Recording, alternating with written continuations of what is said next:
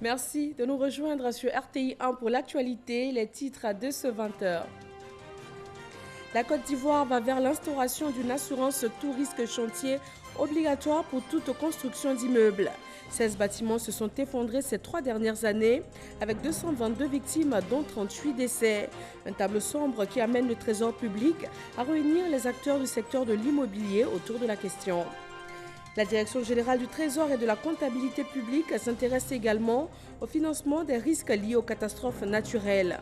Au cœur d'une rencontre des experts, l'indemnité de plus de 400 millions de francs CFA a versée au gouvernement ivoirien par l'African Risk Capacity. Ils sont ivoiriens, ils sont cadres à Kigali au Rwanda. Comment sont-ils arrivés à s'intégrer au pays des 1000 collines? Et surtout, quel est le rapport à l'édification du Rwanda nouveau? Nous saurons aussi dans ce journal comment ces Ivoiriens arrivent à gérer le mal du pays à plus de 6000 km de la Côte d'Ivoire. Dernier titre de ce soir, les élections législatives en Israël ce mardi. Un nouveau scrutin après celui d'avril où Benjamin Netanyahou n'a pas réussi à former une coalition. Les sondages prédisent pour cette fois encore des résultats serrés. Bonsoir à tous, bienvenue. La Direction générale du Trésor et de la comptabilité publique a réuni ce matin les acteurs du secteur de l'immobilier. Ils travaillent sur la question de la prise en charge des victimes et la sécurisation des biens en cas d'effondrement. Plusieurs bâtiments se sont effondrés dans le pays ces 3 dernières années avec des centaines de victimes, dont 38 décès.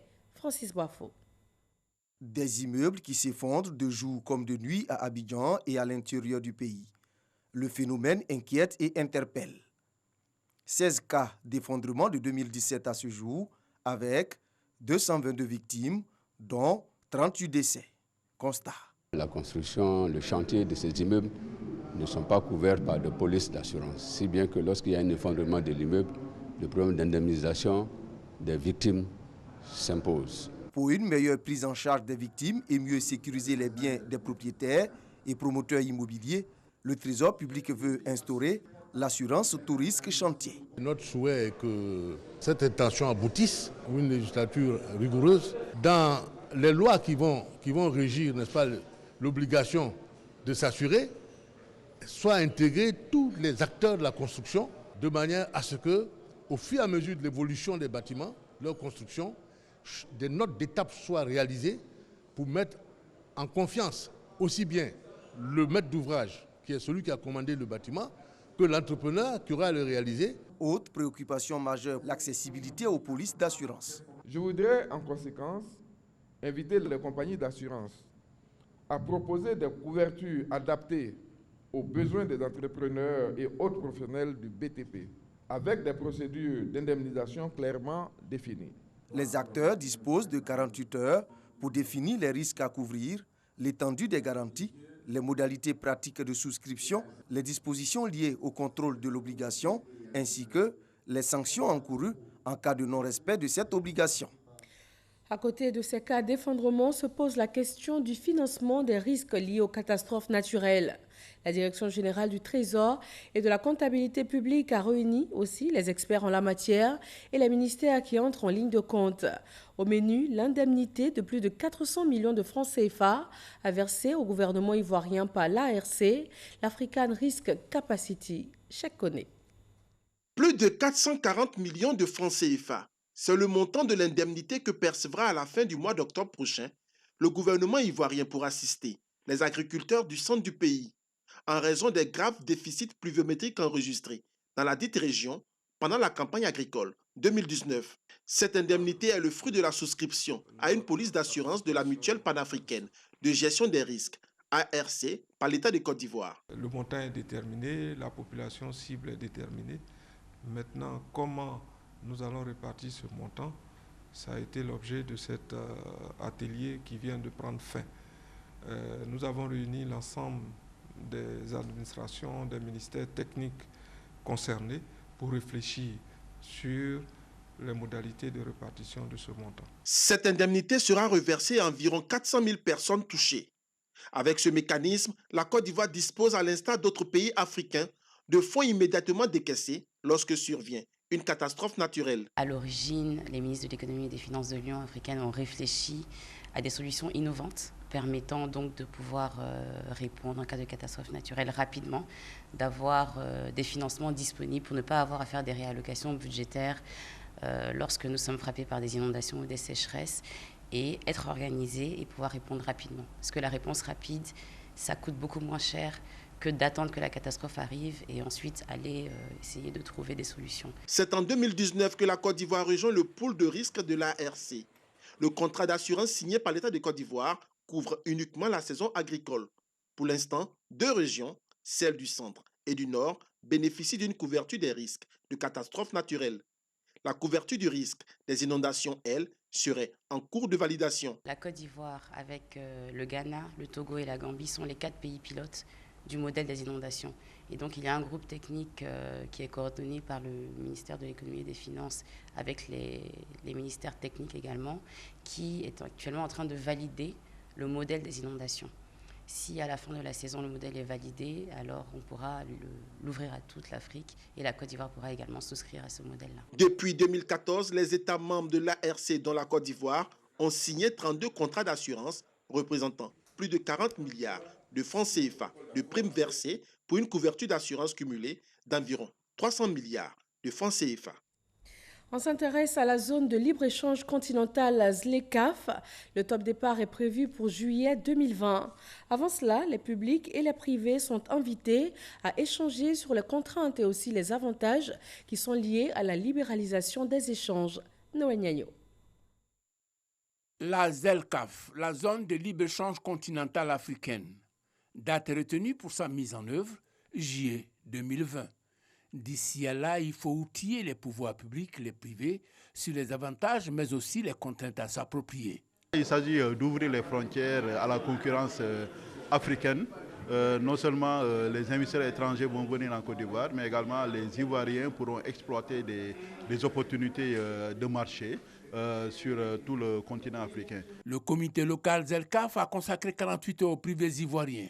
Objectif, leur expliquer la pertinence du projet, mais également identifier avec eux les nouveaux marchés à explorer. Donc là, il s'agira de mettre sur la table tout un ensemble de stratégies d'ajustement à cet accord-là qui arrive, de voir là où nous avons des faiblesses et chercher effectivement à les adresser, et là où nous pouvons effectivement préparer davantage les entreprises de façon à tirer le maximum de profit de cet accord qui arrive. Notons qu'à Niamey, au Niger, 5 instruments opérationnels ont été lancés le 8 juillet dernier. Ils portent sur les règles d'origine, le portail en ligne pour les offres tarifaires, la notification au suivi et à l'élimination de barrières non tarifaires, le système panafricain des paiements et des règlements numériques, enfin, l'Observatoire du commerce africain. Sur le marché du pétrole, une attaque au drone de 2 sites pétroliers d'Arabie Saoudite samedi dernier provoque de nombreux remous diplomatiques et financiers autour de l'or noir. Faut-il donc craindre une hausse des prix, avec notamment la réduction brutale de l'approvisionnement du monde en or noir, vu que l'Arabie Saoudite est le premier exportateur mondial de pétrole? Je vous propose de suivre cette analyse de Jean-Louis Gbangbo. Déjà une augmentation de 15% du prix du baril du pétrole à l'international. C'est le constat fait depuis le samedi dernier, après les attaques par les drones des installations et de champs pétrolifères en Arabie Saoudite. Ces attaques ont amputé de moitié les capacités d'exportation du premier producteur mondial d'or noir. Si l'Arabie Saoudite perd 5,7 millions de barils par jour du fait de ces destructions, les conséquences à l'échelle mondiale sont indéniables. Il s'agit de la plus forte baisse de production de l'histoire pétrolière. C'est 5% de la consommation mondiale qui se trouve ainsi impactée. Les usines détruites au nord-est du pays étaient appelées le talon d'Achille de l'économie mondiale par les spécialistes. C'est un endroit où le pétrole brut tout juste extrait est nettoyé et préparé pour l'exportation. Près de 70% des ventes de pétrole saoudiennes transitent par ces installations d'Abaqaiq, qui sont les plus importantes au monde. Et il va falloir plusieurs mois pour réparer les dégâts de l'attaque. À ce jour, les coûts pétroliers représentent environ 30% du prix des carburants. La persistance de ce haut niveau des prix va donc dépendre de la capacité de l'Arabie Saoudite et des autres pays producteurs à compenser la chute du nombre de barils produits par Riyad. Ici, en Côte d'Ivoire, le nouveau secrétaire d'État chargé de l'enseignement technique et de la formation professionnelle a officiellement pris fonction en recevant les charges liées à son nouveau poste. Des dossiers qui lui ont été remis par la ministre de l'Éducation nationale, de l'enseignement technique et de la formation professionnelle, Kandia Camara. Grâce Kando. Dr Brice Kwasi, secrétaire d'État chargé de l'enseignement technique et de la formation professionnelle, reçoit quelques documents symboliques de son département des mains de la ministre de l'Éducation nationale, de l'enseignement technique et de la formation professionnelle. Le nouveau secrétaire d'État entend insuffler une nouvelle dynamique à son secteur. Notre secteur est bien connu, est bien apprécié à l'extérieur, mais nous-mêmes en interne, je vous avoue qu'on n'a pas toujours réussi à faire ce que nous voulions pour ce secteur-là. Alors que c'est un secteur qui peut permettre de régler en amont tous les problèmes du chômage. Donc ensemble, ce que nous allons faire, c'est continuer l'application de toutes les résolutions que vous avez prises depuis 2009. Ce que nous allons apporter comme petite contribution, c'est surtout au niveau de l'information. Il va falloir faire un travail d'information auprès de ces populations-là pour les amener à mieux comprendre la formation professionnelle et l'enseignement technique. Un état des lieux des différents établissements publics et privés de l'enseignement technique et de la formation professionnelle a été fait par la ministre Kandia Camara avant de revenir sur les réformes engagées. Elle vise principalement à améliorer la qualité de l'enseignement et de la formation professionnelle, assurer l'adéquation entre la formation et les besoins de l'économie nationale, favoriser l'insertion professionnelle des produits issus de l'enseignement technique et la formation professionnelle, renforcer les capacités des formateurs et des acteurs du monde professionnel. À cela s'ajoute la mise en œuvre des travaux de construction et d'équipement de 4 établissements d'une capacité de 2000 places et l'accord de prêt du Fonds cohésien qui consistera à bâtir un lycée technique et professionnel à Daloa. En cette période de rentrée scolaire, la chefferie du village d'Anono dans la commune de Cocody offre des kits scolaires. Les différentes communautés et structures sociales en charge de l'enfance du village ont reçu ce matériel didactique qui va permettre à 1 millier d'enfants d'aborder la rentrée de façon sereine. Théodore Zouzou et Aboussanogo. 1000 kits scolaires d'un coût de 4 millions de francs CFA, composés entre autres de cahiers, d'ardoises et de crayons de couleur. C'est la contribution de la chefferie du village d'Anono dans la commune de Cocody à l'acquisition des fournitures scolaires des élèves du primaire du village, toutes communautés confondues. Une action qui vise à soutenir les parents d'élèves, mais aussi la politique nationale de distribution gratuite des kits scolaires. Un enfant qui n'a pas reçu de formation, je pense que ça, sincèrement, ça amène directement au banditisme. La rentrée scolaire est arrivée, la chefferie tout entière, au nom du village, au nom du village, on a demandé à ce qu'on soutienne les parents. Donc l'objectif, c'est de créer la cohésion, la solidarité entre la population et la chefferie. Remise symbolique aux différents représentants des communautés et structures sociales dans le village. Ces bénéficiaires serviront de relais pour la remise aux différents élèves dans chaque communauté. Nous disons merci à la chefferie d'Anono et sa notabilité d'avoir pensé aux enfants. C'est une bouffée d'air pour les parents en ce jour de recevoir ces kits-là afin d'aider leurs enfants à aller à l'école. Ces genres de cérémonies sont organisées en faveur des enfants, surtout des parents qui n'ont pas les moyens de payer des fournitures scolaires à leurs enfants. C'est bienvenu en cette début d'année scolaire pour vraiment satisfaire les parents. Un acte de solidarité, comme un appui aux efforts du gouvernement. L'année dernière, la Côte d'Ivoire a distribué 3 865 000 kits d'environ 8 milliards de francs CFA. Dans le monde de l'emploi, selon les dernières données de la CNPS, la Côte d'Ivoire enregistre chaque année en moyenne 7 500 accidents du travail avec 71 000 jours d'incapacité de travail. Le gouvernement a demandé l'appui de l'Organisation internationale du travail, OIT, Grâce Kando.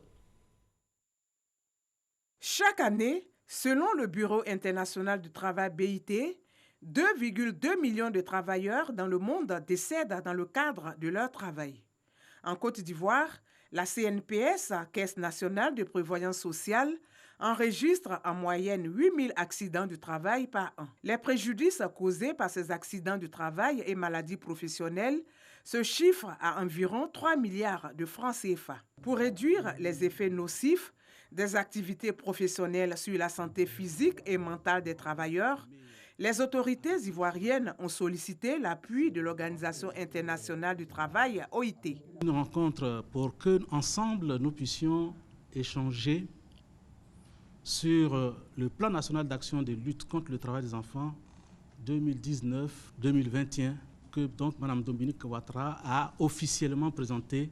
Ce plan a des caractéristiques. L'une des caractéristiques sur laquelle nous voulons insister, c'est que ce plan, pour la première fois, comporte une composante sur les questions de santé et sécurité au travail.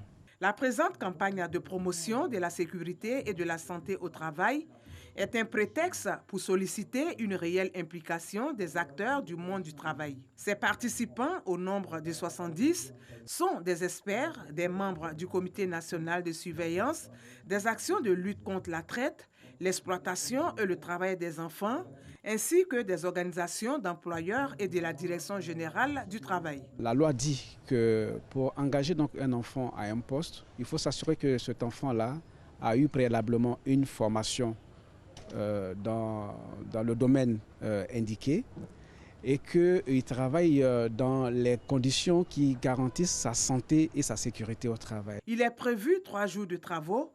Ils seront émaillés d'échanges pour l'élaboration d'un plan d'action destiné à la promotion de la santé et la sécurité au travail en Côte d'Ivoire. Ce plan vise également à contribuer à l'élimination du travail des enfants. Direction Kigali, la capitale rwandaise, des Ivoiriens y vivent et y travaillent au quotidien. Ils ont réussi à s'insérer dans le tissu socio-professionnel et même à se hisser au plus haut niveau. Nous avons suivi 3 Ivoiriens qui vivent à Kigali et en 7 années d'activité dans ce pays, quelles sont leurs contributions à l'édification du Rwanda nouveau et comment gèrent-ils le mal du pays? Noël Niagno.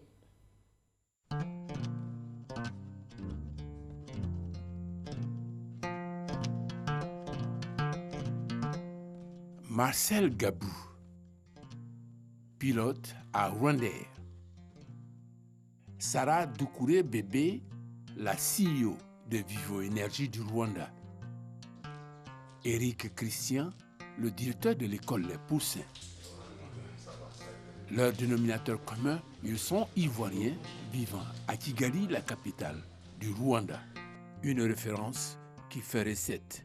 Partout où nous allons dans des rencontres, où nous avons des discussions, des séminaires, quand on vous sait ivoirien, c'est une qualité. Parce que tous mes amis ici au Rwanda ont pour ambition de visiter la Côte d'Ivoire. Parce que ceux qui y sont déjà allés leur reviennent avec de très bonnes nouvelles. La Côte d'Ivoire est un grand pays.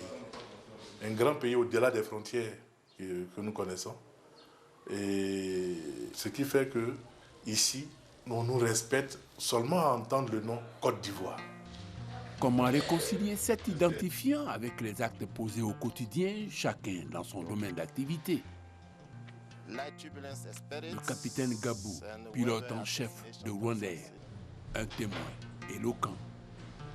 Captain Gabou is our chief pilot, as you know. He's very tough. Capitaine Gabou est notre chef pilote. Il est très discipliné et fait du bon boulot. Dans le département des opérations des vols en tant que chef. C'est un plaisir de l'avoir dans notre équipe et de le voir prendre part à la croissance de cette compagnie aérienne. Take part in the growth of this airline. La preuve par 4. Rwanda aujourd'hui a 2 Airbus A330. Celui que je pilote aujourd'hui qui est l'A330-300. C'est un avion qui pèse quand même 242 tonnes. On a 277 passagers à bord. Et on va voyager avec eux pendant 9h30 de vol. Donc il y a une grosse responsabilité qui est sur mes épaules et de tout mon équipage. Et donc on est obligé de faire attention aux moindres détails. Idem pour Éric Christian et Sarah Doucouré, dans la gestion de leurs responsabilités respectives.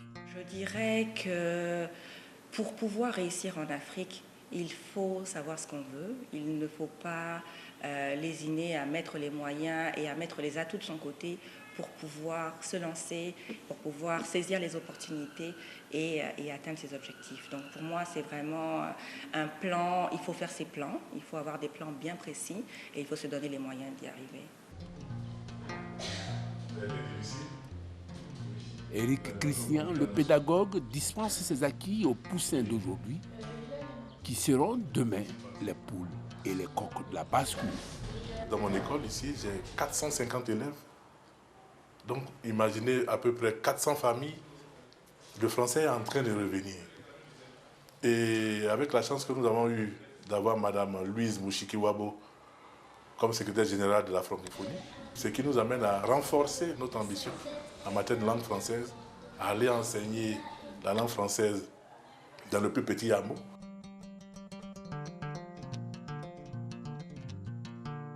Sarah Doucouré Bébé, l'une des rares femmes dans le pétrole en Afrique. Un secteur à forte dominance masculine s'emploie à tirer son épingle du jeu. Le domaine pétrolier est un secteur assez masculin, mais ce n'est pas impossible. Donc il faut vraiment avoir cette volonté-là et se donner les moyens d'y arriver. Leçon à retenir, être femme n'est pas une fatalité. En direction des jeunes filles, je leur dirais ayez la tête sur les épaules. Avoir la tête sur les épaules, c'est savoir que parce que vous êtes femme, vous allez avoir sûrement plus de difficultés qu'un homme dans le même secteur. Il ne faut pas vous dire que parce que je suis une femme, alors j'ai moins de facilité ou je ne vais pas arriver à certains niveaux. Non. Si vous voulez vraiment évoluer dans le milieu professionnel, alors il faut oser. Ces ambassadeurs d'un genre nouveau ont quelquefois le mal du pays. Habituellement, me manque par moment au niveau familial, au niveau des amis, mais quand vous avez une conviction dans la vie, quand vous avez des ambitions personnelles à réaliser, vous êtes obligé d'aller là où vous pouvez trouver votre bonheur. Abidjan me manque beaucoup, j'y vais régulièrement et à part peut-être le climat, on va dire un peu plus tempéré ici, je me sens un peu, c'est un peu mon Abidjan à moi. Hein. On se retrouve un peu, on a nos traditions culinaires ici aussi. On a ramené un peu les traditions culinaires ivoiriennes ici. Je pense que vivre en Afrique, hein, c'est un choix et il faut vraiment pouvoir s'adapter dans tous les contextes. Vous avez dit s'adapter. C'est le lot quotidien du pilote. Un vol ne ressemble pas à un autre. Donc chaque fois que je viens faire un vol, ça nécessite une préparation personnelle.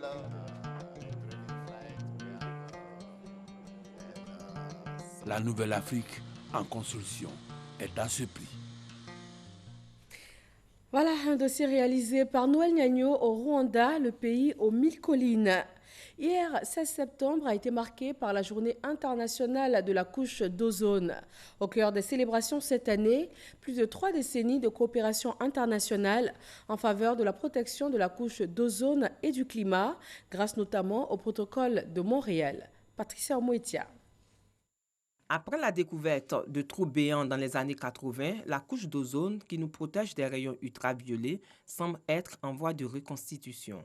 En effet, la couche d'ozone avait été endommagée par des produits chimiques artificiels, notamment le chlorofluorocarbure ou CFC. On les trouve dans des produits comme les bombes aérosols, les réfrigérateurs, les isolants en mousse et les climatiseurs. En signant le protocole d'accord, la Côte d'Ivoire a accepté d'éliminer progressivement les produits chimiques comme les CFC. Le R22, c'est le gaz qui permet de produire la climatisation. Et le programme des Nations Unies pour l'environnement a décidé que la Côte d'Ivoire, comme les pays en voie de développement, arrive à éliminer pour 35% de la consommation. Pour l'État ivoirien, les résultats très satisfaisants obtenus dans le monde entier en application du protocole de Montréal doivent être maintenus et entretenus. Nos parents, à l'intérieur, souvent entendent certaines terminologies, couche d'ozone, réchauffement climatique, mais ne savent pas trop de quoi il s'agit. Et ils ne savent pas qu'ils ont eux-mêmes la capacité de poser des actes pour lutter contre ces phénomènes qui appauvrissent la couche d'ozone. Sur le plan national, les activités d'élimination des substances qui appauvrissent la couche d'ozone consommées en Côte d'Ivoire, conduites par le Bureau Ozone sous l'autorité du ministère de l'Environnement et du Développement durable, ont été un véritable succès.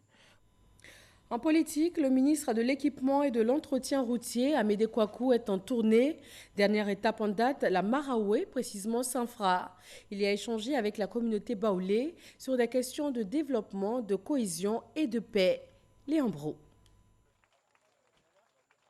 Le président de l'association des cadres RHDP du Centre pour le développement et sa délégation accueillit à Balibounou, village d'halogène baoulé dans le département de Sanfra.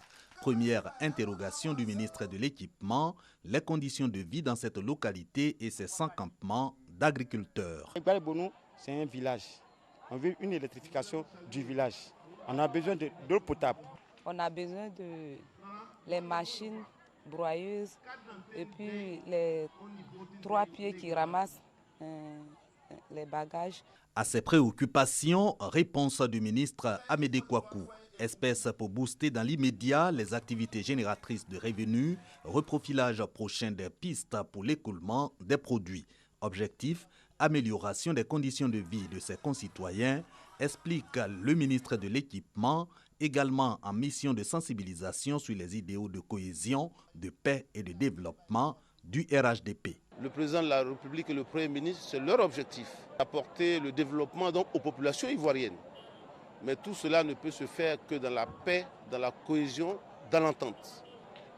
Le RHDP est l'unique parti ici en Côte d'Ivoire qui peut se targuer d'être représenté sur l'ensemble du territoire national. Pour dire que tous les Ivoiriens, nous sommes des frères et des sœurs et nous avons l'obligation de nous entendre.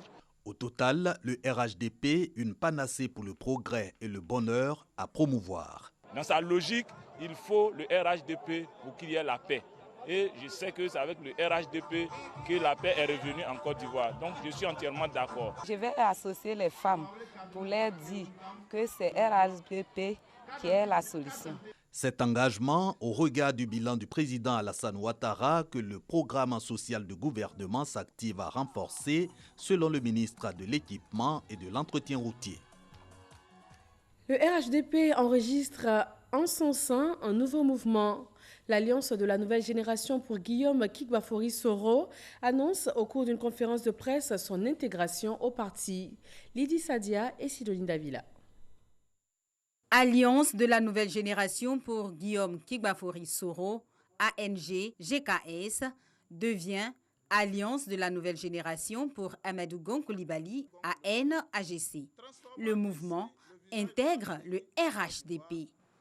Il a été décidé de la dissolution pure et simple de l'Alliance de la nouvelle génération pour Guillaume Kigbafori Soro, qui rejoint définitivement le RHDP, qui est un parti de développement, de paix et de cohésion sociale. Par son adhésion au Rassemblement des oufouettistes pour la démocratie et la paix, l'Alliance entend soutenir le Premier ministre Amadou Gon Coulibaly dans ses actions et à travers lui, la politique de développement du président Alassane Ouattara.